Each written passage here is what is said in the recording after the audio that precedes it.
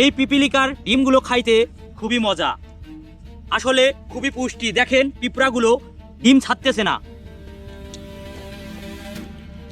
পিঁপড়ার ডিম খুব মিষ্টি এবং মিষ্টান্ন।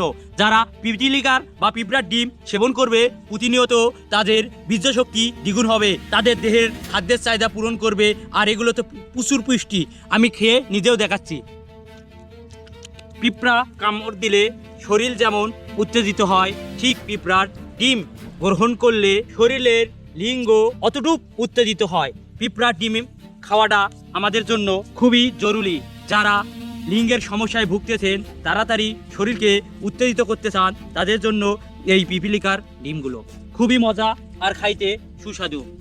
এগুলো সংগ্রহ করাই খুবই দুষ্কর। পিঁপড়ার ডিম গ্রহণ করবে, তাদের লিঙ্গের শক্তি দ্বিগুণ হবে। এই যে ডিম, খুব মজা। দেখছেন অসংখ্য পিঁপড়া, অসংখ্য কি কামড় দিচ্ছে, কিন্তু আমি ডিম নিব। এই ডিমগুলো খাইতে খুব মজা।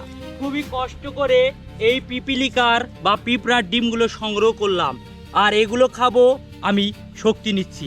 এই দেখেন পিপিলিকার ডিম বা পিঁপড়ার ডিম খাবো আর শরীরের শক্তি দ্বিগুণ করব।